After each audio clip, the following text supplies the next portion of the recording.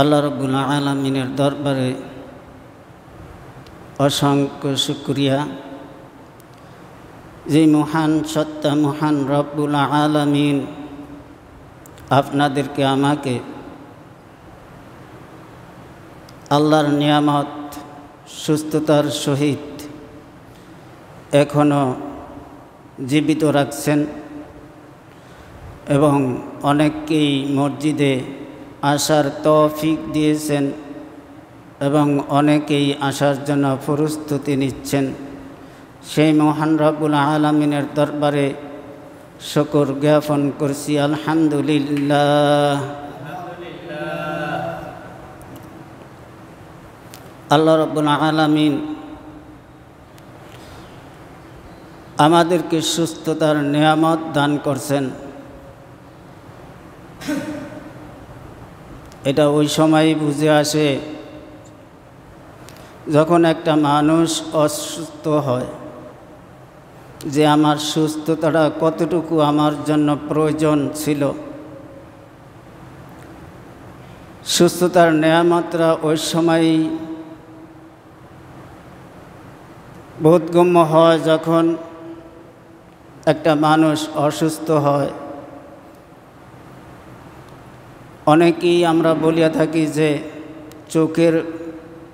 চোখ থাকতে চোখের মর্যাদা বুঝলি না। আসলে কথাটা যদিও কিছু সংখ্যক লোকে আমরা বলিয়া থাকি, আসলেই সত্য। যেমন আমি চোখের দৃষ্টিশক্তি অনেকটি আল্লাহ পাক হারিয়ে দিছে। এখন বুঝি যে আমার যখন চক্ষু ছিল তখন আমার এখনও চক্ষু আছে, কিন্তু আল্লাহ পাক জ্যোতি কমিয়ে দিছে, দৃষ্টিশক্তি কমিয়ে দিছে। এরকম বয়সের সাথে সাথে প্রত্যেকটা মানুষের প্রত্যেকটা অঙ্গ প্রত্যঙ্গ, চক্ষু, হাত, পা, শরীর সব কিছু যখন দুর্বল হয়ে আসে তখনই বুঝে আসে যে আমার পা দুইখানা আমার জন্য কত জরুরি ছিল, আমার হাত দুইখানা আমার জন্য কত জরুরি ছিল, আমার চক্ষু দুইটি আমার কত জরুরি ছিল।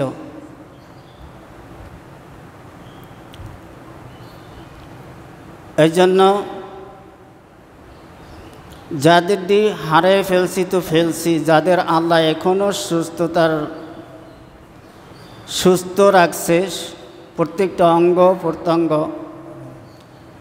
সেই সুস্থতার নিয়ামত আদায় করার জন্য আল্লাহ এবং আল্লাহর রাসূল তাকিদ করছেন। যেমন তোমার অসুস্থতা আসার আগেই তুমি সুস্থতার নিয়ামত দান করো, বলি আলহামদুলিল্লাহ। তোমার দারিদ্রতা আসার আগেই তুমি যখন দারিদ্র আসে তার আগেই তুমি সম্পদের হেফাজত করো।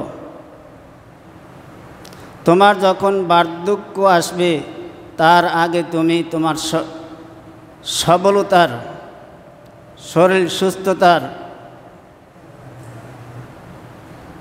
উপযুক্ত জবাব দাও। আমি একটু অ্যাঙ্গেলে বলছি যে উপযুক্ত জবাব তোমার সুস্বাস্থ্যের, সেটা কারো গায়ে অর্থাৎ গর্দানে তলোয়ার দিয়া নয়, কারো শরীরে আঘাত করে নয়, কারোকে হুমকি দুমকি দেওয়া নয়। সেটাও হইতে হবে এরকম যে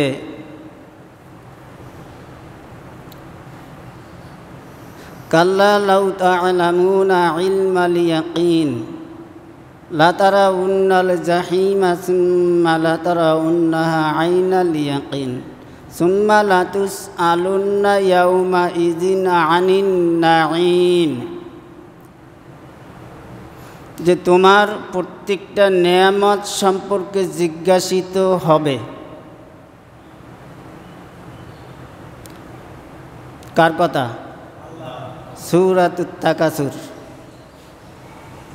প্রত্যেক নেয়ামতের শুকর যদি আদায় করতে হয়, জিজ্ঞাসিত করে আর জিজ্ঞাসিত প্রশ্নের সম্মুখীন হইতে হয়,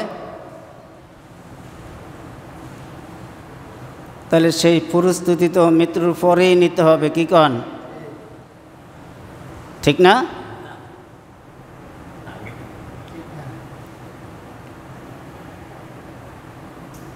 আল্লাহ, শরীর আমাদের জন্য একটা নেয়ামত, যেটা সম্পর্কে আল্লাহ পাক জিজ্ঞাসা করবে যদি আয়াত সত্য হয়। লাতুস আলুন্না ইয়াউমা ইযিন আনিন নাঈম, তোমার প্রত্যেকটা নেয়ামত সম্পর্কে আমি জিজ্ঞাসিত করব, তুমি তোমার নেয়ামত কোন কাজে ব্যয় করছো। তোমাকে যে পুরো শরীরটা সুস্থতা দান করছিলাম, এই নেয়ামত তুমি কোন কাজে ব্যয় করছো। আমরা এখনো যারা সুস্থ আছি, আল্লাহ রাখছে, খাস করিয়া যারা যুবক, তাদের কাছে আমার প্রশ্ন যে তোমার সুস্থতার নেয়ামত বার্ধক্য আসার আগে তুমি আল্লাহর শুকরগুজার বান্দা হও।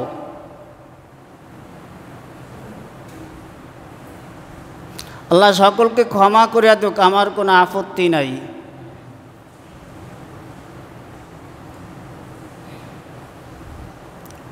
আর ক্ষমা চাইলে ক্ষমা করেও দিব ইনশাআল্লাহ।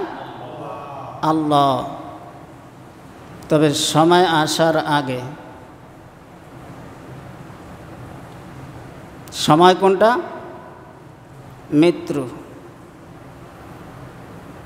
মৃত্যু আসার আগে।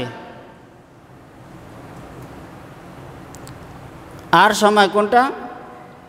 বার্ধক্য আসার আগে। আর সময় কোনটা? দারিদ্রতা আসার আগে।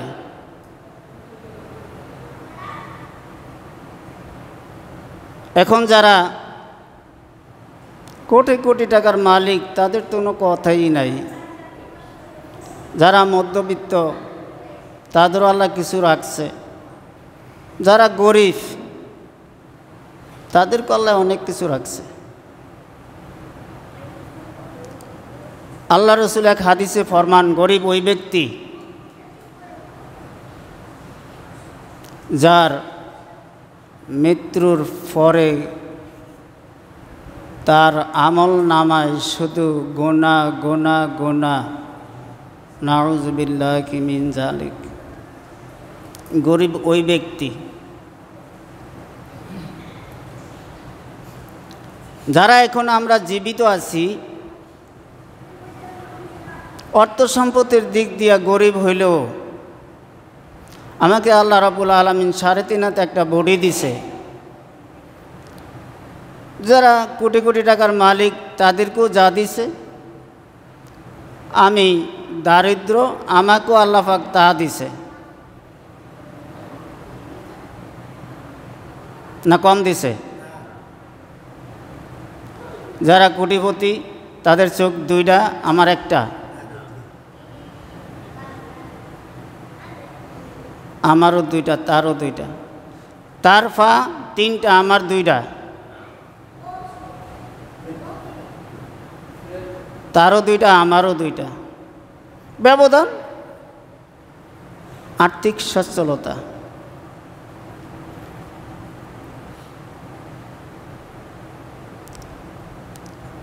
আমার আলোচনা কিন্তু এই দিকে না, এইদিকে কেন যায় তাও জানি না।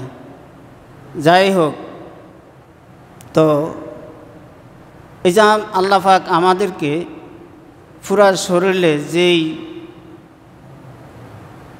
অঙ্গগুলি দিছে, আচ্ছা যার কিডনি নাই, তার একটা কিডনি ফাল দিতে কত টাকা লাগে?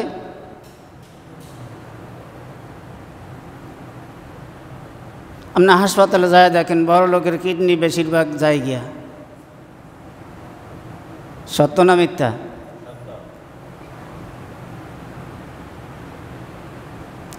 তা আমার যে দুটা কিডনি আল্লাহ এখনো সুস্থ রাখছে, এটা কি নেয়ামত না? যদি আল্লাহ জিজ্ঞেস করে, উত্তর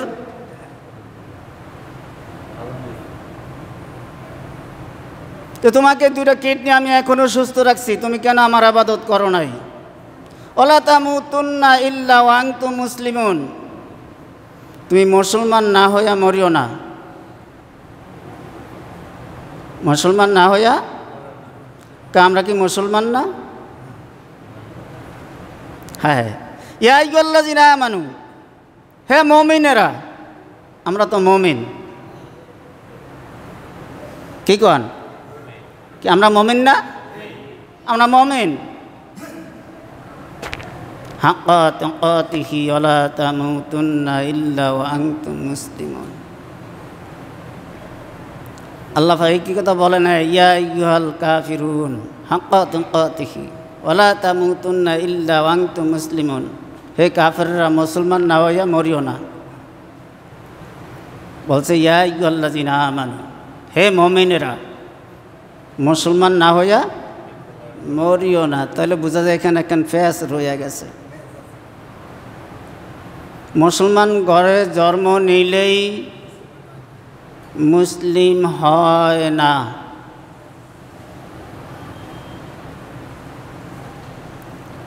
আর আমি যে মুসলমানের ঘরে, মুমিনের ঘরে জন্ম নিচ্ছি, কিন্তু মুসলমানের ঘরে জন্ম নিতে পারছি কিনা সেটা সন্দেহ আছে আল্লাহর এই আয়াত দৃষ্টিকোণ থেকে। যেহেতু মুমিনদেরকে মুসলমান না হইয়া মরতে নিষেধ করছেন কে? আল্লাহ। তাহলে মুসলমান যদি হইতে হয় তাহলে নামাজ তো ছাড়িয়ে দিতে হইব। কি কন? 1 নম্বর কাজ নামাজ ছাড়িয়ে দেওয়া। কি কয়? এটাই তো মুসলমানের 1 নম্বর কাজ।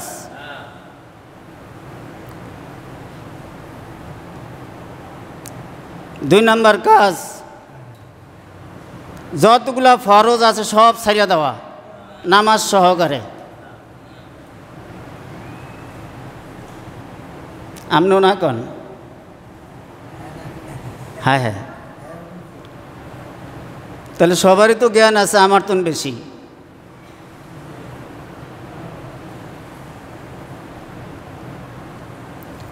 প্রত্যেকটা মানুষ জ্ঞানী, আমার তো বেশি। আমি অনেক সময় চার দোকানে যাই, একটু বসি, বিকাল আসর পরে বেশি।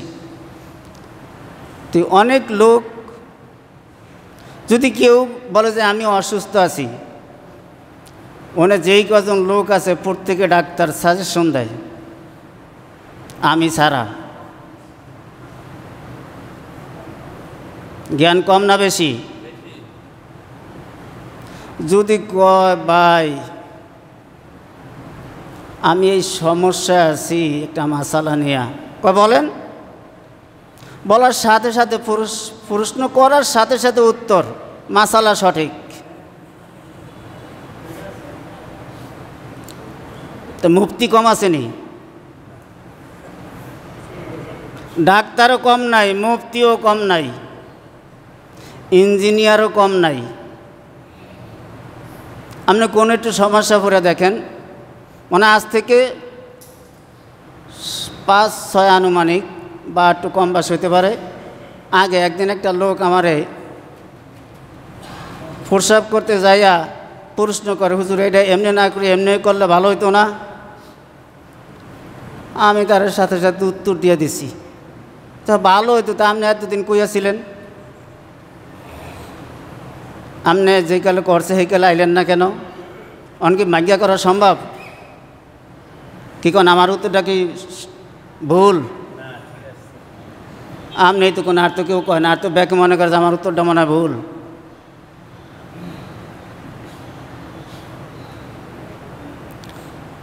তো 20 কোটি মানুষ যদি বাংলাদেশে থাকে, তাহলে 1 কোটি বাদ দেন শিশু, হেরাও পারতে কম করে না এখন।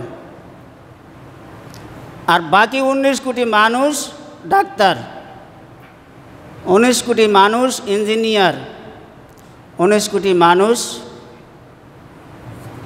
মুফতি। আমি ছাড়া আমি পারতে কাউকে মাসালা দিতে যাই না, অতি দায় ঠেকলে যাই। আরও যদি কই একটু যে অমুকের কাছে যান, অমুকের কাছে যান, এটা বলার কারণ আমি তো সম্পূর্ণ জানি না। যে জানে তার কাছে যাওয়াই উচিত। যাই হোক, তুই প্রত্যেকটা মানুষ তো জ্ঞানী, আর এই জ্ঞান সম্পর্কে যদি আল্লাহ পাক প্রশ্ন করে, সুম্মা লা তুসআলুন্না ইয়াউমা ইযিন আনিন নাঈম, তোমার যে জ্ঞানের মতো দৌলত নেয়ামত দিছি আমি, এটার উত্তর দিয়া যাও, তুমি এই জ্ঞানটা কোন কাজে ব্যয় করছো?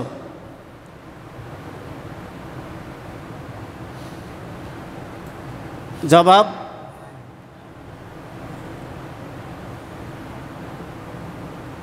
আছে? আল্লাহ তো আমার জ্ঞানটা আমার সঠিক পথে পরিচালনা করার নাম আমি জ্ঞানী।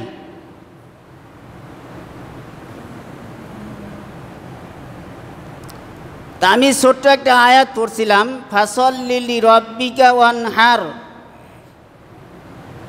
সূরাটা পুরাই তেলাওয়াত করছিলাম। তো মাঝের আয়াতটা এইটা, তুমি সালাত আদায় করো এবং কোরবানি করো।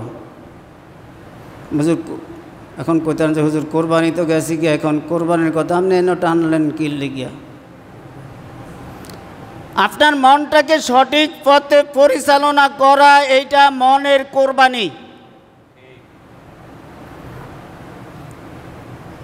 কোরবানি শুধু অর্থ সম্পদ থাকলে কোরবানি করা ওয়াজিব, সেই কোরবানি নয়, আরও কোরবানি আছে, যেটা আপনার জ্ঞানের কোরবানি। ওই যে বললাম, জ্ঞান প্রত্যেকটা লোকের আছে, সঠিক পথে পরিচালনা করার মতো জ্ঞান।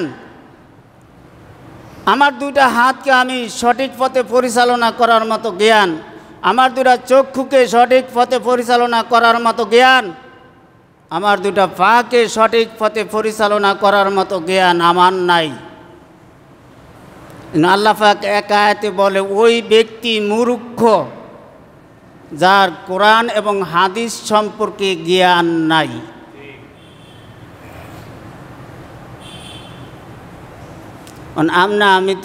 আমি যদি এখন কই যে একজন MBBS ডাক্তার সে মূর্খ, একজন ইঞ্জিনিয়ার সে মূর্খ, একজন জ্ঞানী ব্যক্তি MA পাস করছে সে মূর্খ, কথাটা আমার না আল্লাহর?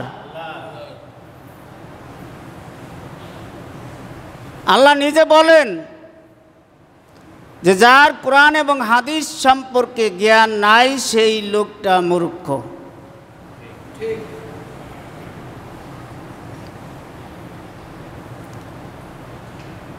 আপনি জ্ঞানী পরিচয় দেন কোনখানে? চার দোকানে যাইয়া ডাক্তারি করেন, ইঞ্জিনিয়ারিং করেন, মুফতিগিরি করেন, সাবধান। আপনাকে কে বলছে চালাকি করতে?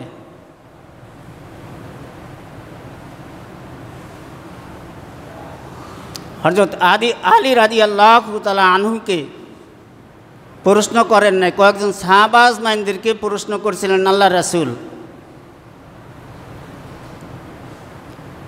হে সাহাবা আজমাইন, তোমরা কি জানো পায়খানার রাস্তা কখন পরিষ্কার হয়? তুমি অনুভব করবা।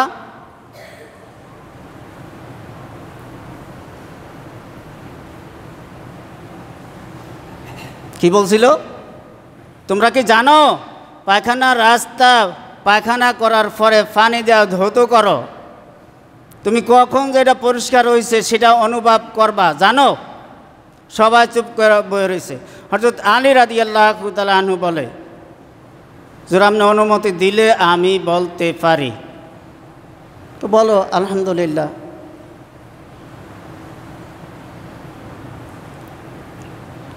কয় হুজুর, পায়খানার রাস্তাটা যখন খড়খড়িয়া মনে হয় তখনই পরিষ্কার হয়ে যায়। আল্লাহ রাসূল বলে, তুমি কি মাসালা জানো? চুপ হয়ে গেছে। আবার বলে, তুমি কি মাসালা জানো? চুপ। আবার বলে, তিনবার প্রশ্ন করার পরে হযরত আলী রাদিয়াল্লাহু তাআলা আনহু বলছে, হুজুর না, আমি মাসালা জানি না, আল্লাহ এবং আল্লাহর রাসূলই ভালো জানে। কয়, তুমি এই কথা কেন বলতে গেলা? তোমার কথাটা সঠিক যদিও, এরপরও তুমি মাসালা জানো না, তুমি কেন বলতে গেলা? ডাক্তারি করতে পারবেন? মুফতিগিরি করতে পারবেন?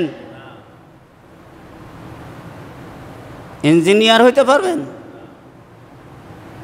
আমি পড়ি নাই, তাহলে ইঞ্জিনিয়ারিং করি কেন? মুফতিগিরি কেন করি? এই জ্ঞান সম্পর্কে যদি আল্লাহ প্রশ্ন করেই বসে, সুম্মা লাতুসআলুন্না ইয়াউমা ইযিন আনিন নাঈম, তোমার যে জ্ঞানের মতো দৌলত দান করছিলাম, তুমি কোন কাজে ব্যয় করছো?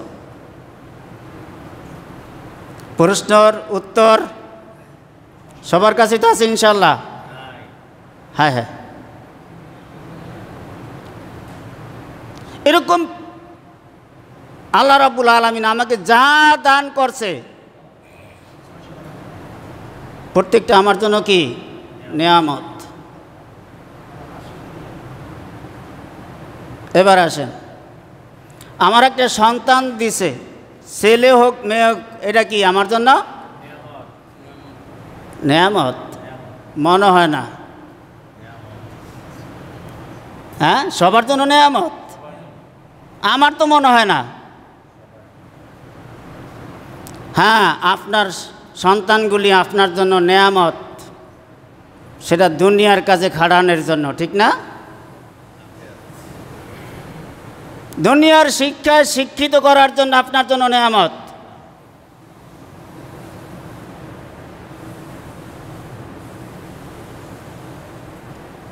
ফাসল্লি লিরাব্বিকা ওয়ানহার,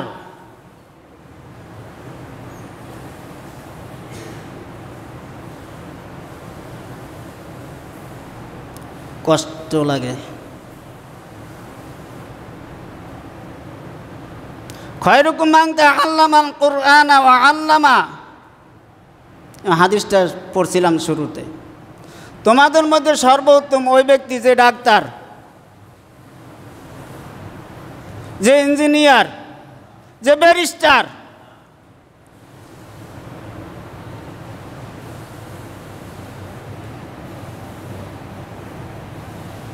কেন?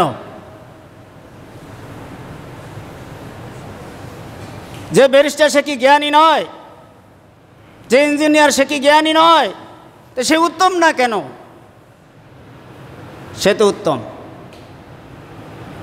আল্লাহ রাসূল এই কথা বলছে, খায়রুকুম মান তাআল্লামাল কুরআন ওয়া আল্লামা, তোমাদের মধ্যে সর্বোত্তম ওই ব্যক্তি যিনি কোরআন মাজিদ শিক্ষা করে এবং শিক্ষা দেয়।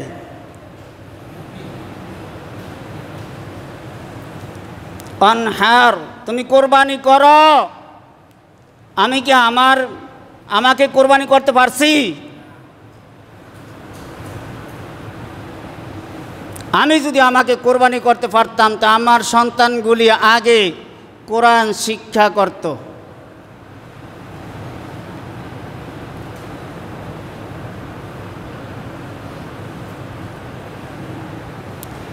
কথাটা আমার।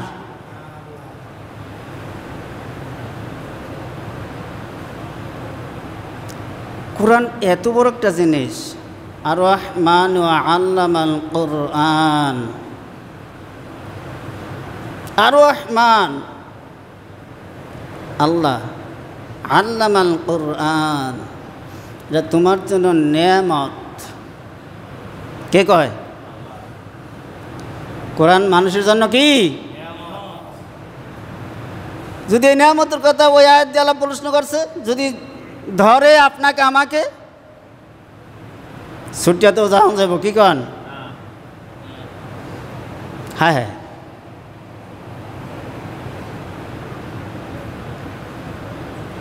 ছুটে যাওয়া যাবে না, যাওনি এত কথা।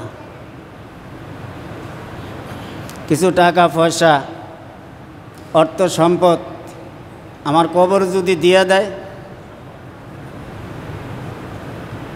আগে দিমু মন কিন্ন করে নিব না টাকা। হ্যাঁ হ্যাঁ, মন কিন্ন কিরকে যদি টাকা দিয়া না সরানো যায়, কবরের প্রথম গাঁটি আর পরের গাঁটিগুলো সরানো সম্ভব হবে না।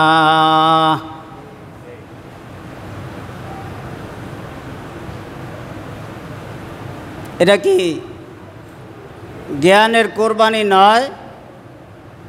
এটা কি মনের কোরবানি নয়?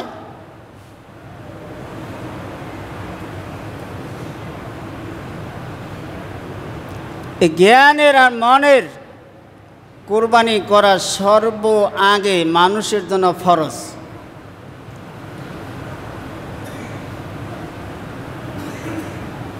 এখন কইতারেন যে হুজুর আমার সন্তান আল্লাহ নেয়ামত দিছে, এটার আমি দরকার টুকরা টুকরা করে ফালিয়ে দিন, আপনার কি? প্রশ্ন করতেই পারেন। আমার কিছু না বাবা, আমার কোথাও আটকে থাকে নাই। কু আনফুসাকুম ওয়া আহলিকুম নার, কথানকার আল্লাহ কয় তুমি বাঁচো, তোমার আহালকে বাঁচাও নার, জাহান্নামের আগুন থেকে। মানে আপনি আমি আমাদের সন্তান নেয়ামত পাইয়া সেটা কি জাহান্নামে পাঠামু না জান্নাতে পাঠামু, এটা যার যার চিন্তার বিষয়।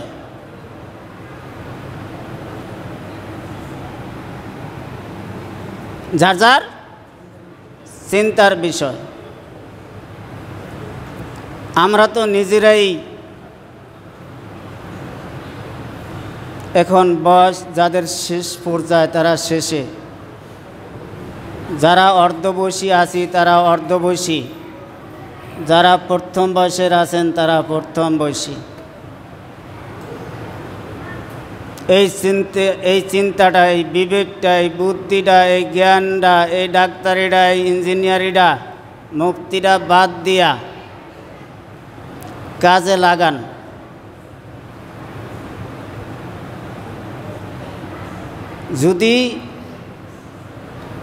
যদি লাগানো ঠিক না, আল্লাহ যে ঠিক, আল্লাহ যে একজন আছেন, এই কথাটা মুসলমান তো অবশ্যই বিশ্বাস করে, ইহুদিরাও বিশ্বাস করে, নাসারারাও বিশ্বাস করে।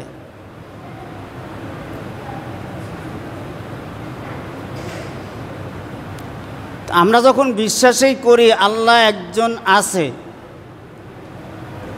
এক আল্লাহ ছাড়া দ্বিতীয় কোনো মাবুদ নাই, তাহলে সেই আল্লাহর যেই হুকুমগুলি আল্লাহ রাব্বুল আলামিন আমাদেরকে বাতলে দিছে বারবার বারবার, সেগুলি আমরা মানতে চেষ্টা করি। আর মানার ভিতরে এই একটা, যেটা আমি বললাম যে আপনার সন্তান আপনি কোথায় পাঠাবেন। আপনার সন্তানকে আপনি ইঞ্জিনিয়ার বানান, কেউ তো না বলতেছে না, নাজায়েজ বলতেছে না। একদল না কয় আমি এই দলের মধ্যে আর গেলাম না। আপনার সন্তানকে আপনি ডাক্তার বানাবেন, ইঞ্জিনিয়ার বানাবেন, সাথে সাথে মুফতিও বানাবেন। আগে মুফতি বানাবেন, তারপর ইঞ্জিনিয়ার বানাবেন, তারপর ডাক্তার বানাবেন, বিজ্ঞানী বানাবেন।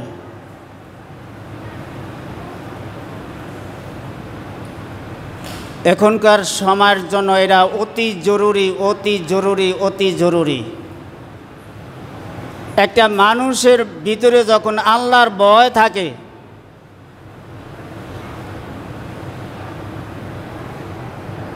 আল্লাহকে স্বীকার করি, আল্লাহর ভয় আছে যে এটা ব্যাকে মুখে বললেও অন্তরে বলে না, অন্তরে বলে না সেটার প্রমাণ যদি অন্তরে বলতো এই মসজিদের দোতলার কাজ করা হয়েছে, মসজিদ কমিটির এমন কোনো জ্বালা ছিল না যে জ্বালায় মসজিদ কমিটি ধাও ধাও করিয়া জ্বলিয়া ওঠে আর দোতলা করতে বাধ্য হয়েছে। আমার মনে হয় আমি সহকারে মসজিদ কমিটির দোতলা না করাই উচিত ছিল। আর বেশি এটার উদ্দীপনা খাসলত দেওয়ার মতো যোগ্যতা আমার নিজের, এই খাসলত জরিমানা আমারই দেওয়া উচিত, এই দোষটা আমার। দুঃখ করে বলতে হয়, দুঃখটা এইখানে যদি আমি আমার আল্লাহকে এক বিশ্বাস করতাম, আল্লাহর হুকুমগুলি পালন করতাম, সর্বপ্রথম মুসল্লিতে মসজিদরা ভরিয়া যাওয়ার কথা।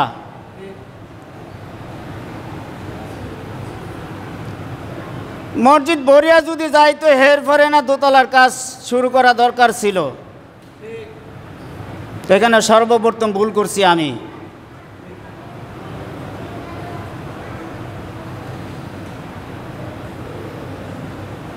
এখন আপনারা কি সঠিক পথে আছেন? সঠিক আল্লাহ রাসূলকে পরে আসেন, আল্লাহকে মানেন, এটা কি সঠিক পথে আছেন?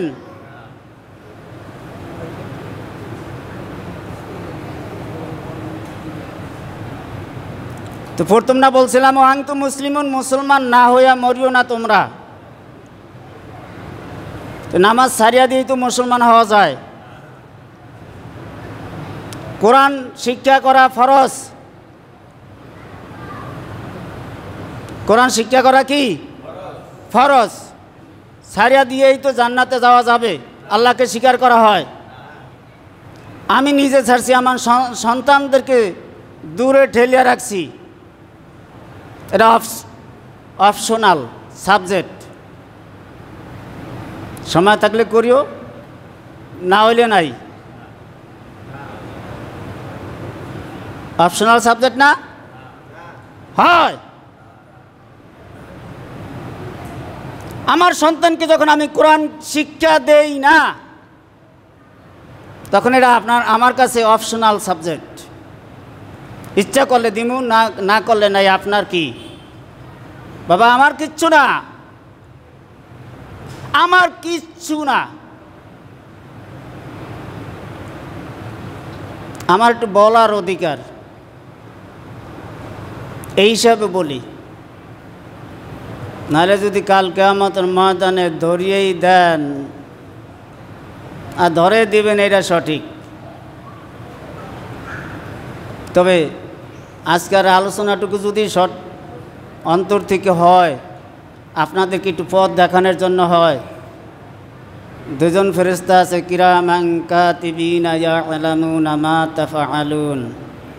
হয়তো আল্লাহ পাক আপনারা যেদিন অস্বীকার করবেন যে আমি আপনাদেরকে কিছু বলি নাই, তখন এই দুইটা দলিল দাঁড় করে দিবে। এই জন্য বলা, নাইলে আপনি আমার অর্থ সম্পদ খান না, আমার কামাই রোজগার খান না, সব সঠিক। খালি এতটুকু, কাল কিয়ামতের ময়দানে ধরে দিবেন আর সেই আগুনে আমার পড়তে হবে। এই জন্য বলা। আর এই জন্য যদি আপনি আপনার সন্তানদেরকে কোরআন শিক্ষা দেন, তাহলে আপনিও বাঁচলেন, আপনার সন্তানগুলি বাঁচলো। যেহেতু আল্লাহ করছে ওয়াহালিল, আয়াতটা পড়ছিলাম কিছুক্ষণ আগে, যে তুমি আগুন থেকে বাঁচো, তোমার আহাল দিওকে আগুন থেকে বাঁচাও।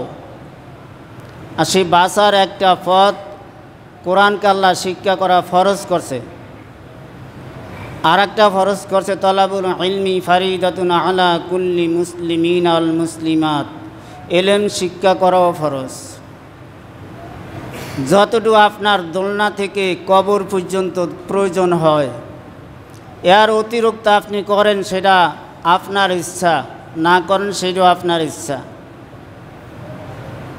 যতটুকু আপনার আমার প্রয়োজন, হালাল হারামকে তাহকিক করার মতো, জাস্টিফাই করার মতো, আলাদা করার মতো জ্ঞান অর্জন না হয় ততক্ষণ পর্যন্ত, ততটুকু পর্যন্ত এলেম শিক্ষা করা ফরজ। শুধু পুরুষের জন্য, মহিলাদের জন্য। কোরআন শিক্ষা করাও মহিলাদের জন্য ফরজ, পুরুষের জন্য ফরজ। আর যদি এগুলি আল্লাহর বিধানগুলি আমরা মানতে পারি, তাইলে আমরা হব ওয়াংতুম মুসলিমুন, মুসলমান। না হলে কিন্তু মমিন হইয়া কবরে যাওয়ার সময় মমিন থাকতেও পারে, নাও থাকতে পারে।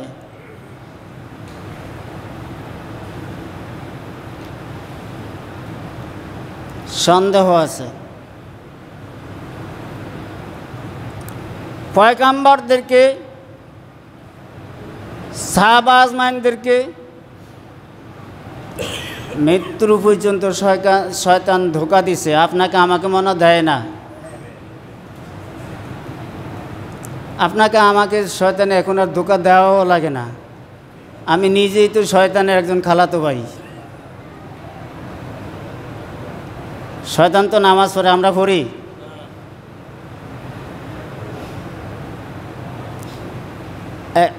আখিরি জামানার নবী, এক কোরআনের মুফতি, হাদিসেরও মুফতি, শয়তান 104খানা কিতাবের মুফতি। আমাদের থেকে বড় না ছোট? হ্যাঁ, ছোট। শয়তান 104খানা কিতাবের মুফতি, আর আমরা কোরআনের মুফতি বা হাদিসের মুফতি। শয়তান আমাদের থেকে অনেক ছোট। মৃত্যুর সময় আউযুবিল্লাহ পড়লে শয়তান দূর হয়ে যাইব। হ্যাঁ বাবা, মৃত্যুর সময় আউযুবিল্লাহ পড়ার সাথে সাথে শয়তান দূর হবে। প্রশ্নটা ওইখানে আপনার আমার জবান দিয়া সেই সময় আউযুবিল্লাহ আসবে কিনা, প্রশ্নটা এইখানে। নিজেকে নিজে প্রশ্ন করেন। আগে জাতা দিয়া ডাইল ভাঙতো, দেখছেন আপনারা? যারা মুরব্বী আছেন তারা দেখছেন, এরপরে বিচার দেখে নেই। জাতা দিয়া ডাইল ভাঙতো, যাতে একটা গুরান দিয়েই অন্ত আর একটা জিনিস দেখতে পারেন। কুমার যে হাড়ি পাতিল বানায়, ওরা কিন্তু চক্রটার এক ভয়ঙ্কর একটা ঘুরান দেয়। এক ঘুরানে একটা হাড়ি, একটা পাতিল, একটা প্লেট, একটা কলসি, সব কিছু বানানো হয়ে যায়। শয়তান আমাদেরকে এমন চাবি মারাই মারছে, এমন গুল্লাই দিছে, মৃত্যু পর্যন্ত ওই গড়তে গড়তে গড়তে গড়তে ইমান হারা হইয়া কবরে যাওয়া। নাউযুবিল্লাহ। শয়তানের আর বেশি ধোঁকা দেওয়ার দরকার নেই। 104খানা কিতাবের অনুসন্ধান করে আমাদেরকে ধোঁকা দেওয়ার কোনো দরকার নাই। ধোঁকাতে এমনিই ফুরিয়ে গেছি। আমার সমাজ শেষ, আমি একটু সংক্ষিপ্ত করি। তাইলে আমাদের বাচ্চাদেরকে কোরআন পড়াইতে হবে ইনশাআল্লাহ। সবাই রাজি? সবাই রাজি? সবাই রাজি? ইনশাআল্লাহ। এইটা এখানে রাখলাম। আমারে কেউ বলেও নাই, আর আমার নিজের থেকে আমি একটা আয়াত তেলাওয়াত করছিলাম, মান যাল্লাযী ইউকরিদুল্লাহ করদান হাসানান ফায়ুদাইফাহু লাহু আদআফান কাসীরা আল্লাহু ইয়াকবিতু ওয়া ইয়াবসুতু ওয়া ইলাইহি তুরজাউন। আল্লাহ কর্জে হাসানা চাইছে, কর্জে হাসানা চাইছে। আমি আপনাদের থেকে আবারও মাপ চাই নিয়েছি যে দোতলা করাটা ভুল হয়ে গেছে, যেহেতু আপনার ঘরে পাই না। আসলে আপনার ঘরে পাইলে ভুল সিদ্ধান্ত হইতো না। আপনাদেরকে যদি মুসল্লি হিসাবে পাইতাম তাহলে ভুল সিদ্ধান্ত হইতো না। আপনার ঘরে পাই না দেখে ভুল সিদ্ধান্ত, এটা আমি মনে করি। এখন আপনারা যদি সঠিক সিদ্ধান্তটাই মনে করেন তাহলে 5 ওয়াক্ত নামাজ পড়বেন ইনশাআল্লাহ। আল্লাহ সকলকে তৌফিক দান করুক। এখন আল্লাহ যখন কর্জে হাসানা চাইছে, আপনারা দিয়েই এই পর্যন্ত এই মসজিদখানাকে দাঁড় করাইছেন। এখন আবারও আপনাদেরকে একটু প্রশ্ন করি না, সাহায্য প্রার্থনা করছি। যেহেতু আল্লাহ চাইছে কর্জে হাসানা, আমি তার আল্লাহর কোরআনটাই আয়াত রাখে আপনাদের সামনে পেশ করছি। সেটা হচ্ছে এই দোতলার সিঁড়ির উপরে মন্ডটা না করলে উজুখানা সহকারে সিঁড়ি কোটাটা সহকারে সব তছনছ হয়ে থাকে। যতক্ষণ বৃষ্টি হয় পড়তেই থাকে। এটা দেখতে তো আপনার করতেন আমার করতেন খুব ভালো লাগে, ঠিক না? না কয় 2-1 ফিসেররা আলারা কয় না, কয় হুজুর আমরা তো মসজিদেই আই না, তো আমাকে সমস্যাটা কি?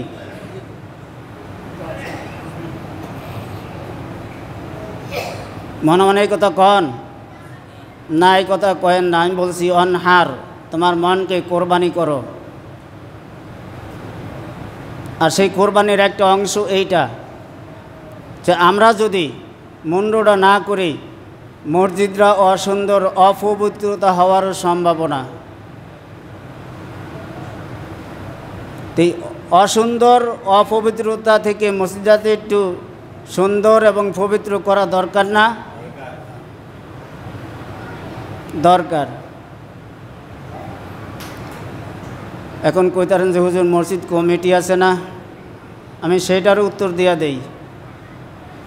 মাত্র 3 থেকে 3.5 লক্ষ টাকা লইয়া মসজিদ কমিটি দোতলার ছাদ দিছে।